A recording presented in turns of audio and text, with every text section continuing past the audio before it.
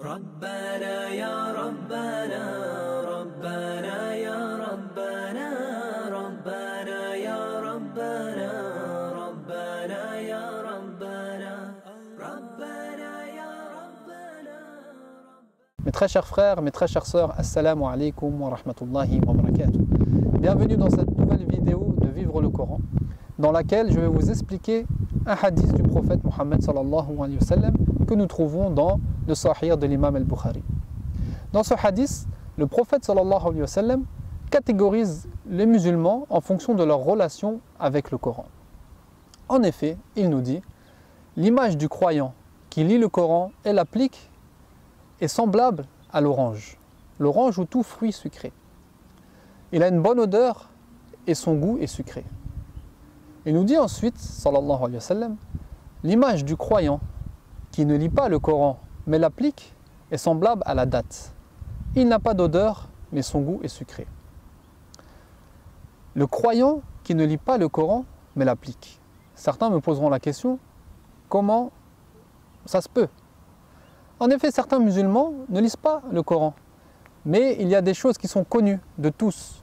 Par exemple, tout le monde sait que l'on doit prier 5 prières quotidiennement. Tout le monde sait que le musulman jeûne le mois du Ramadan.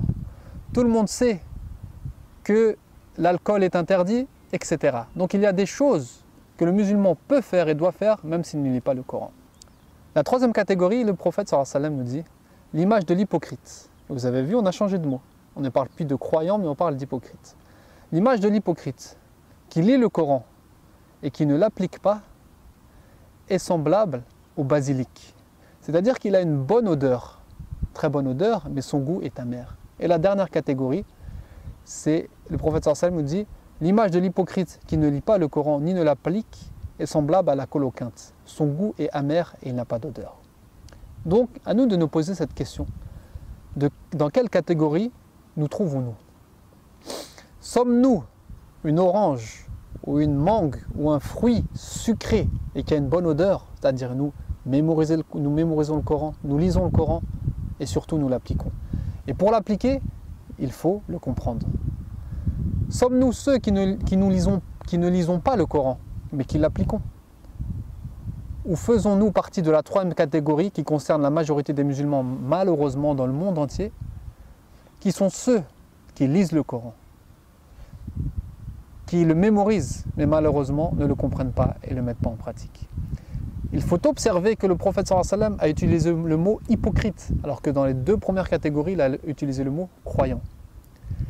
On doit observer également dans ce hadith que le prophète sallallahu alayhi wa sallam a fait passer avant la personne qui ne lit pas le Coran, mais qui l'applique. Il l'a fait passer avant celui qui le mémorise et le lit sans l'appliquer. Et la dernière catégorie qui ne doit pas nous concerner est la catégorie dans laquelle se trouve le musulman qui ne lit pas le Coran ni l'applique. Celui qui médite sur ce hadith, il s'aperçoit que le but principal du Coran est sa compréhension et sa mise en pratique. Le prophète sallallahu alayhi wa sallam nous dit, en nous expliquant qui sont les adeptes du Coran, Ahl al-Qur'an, il nous dit dans un hadith qui se trouve dans Muslim, Yu'ta yawm al-qiyama bil-Qur'an wa ahli.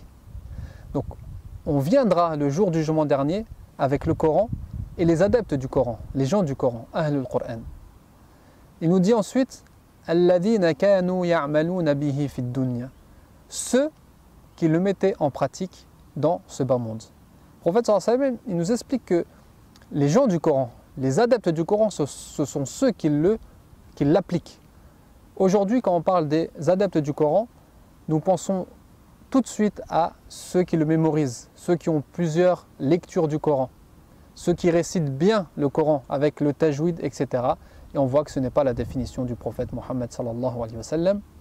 À nous, dès aujourd'hui, de reprendre une nouvelle relation avec le Coran et d'avoir comme objectif de devenir une orange ou une mangue, être ce fruit sucré qui a une bonne odeur. Wallahu ta'ala a'la wa a'lam. Subhanaka Allahumma wa bihamdik. Ashhadu an la ilaha illa ant.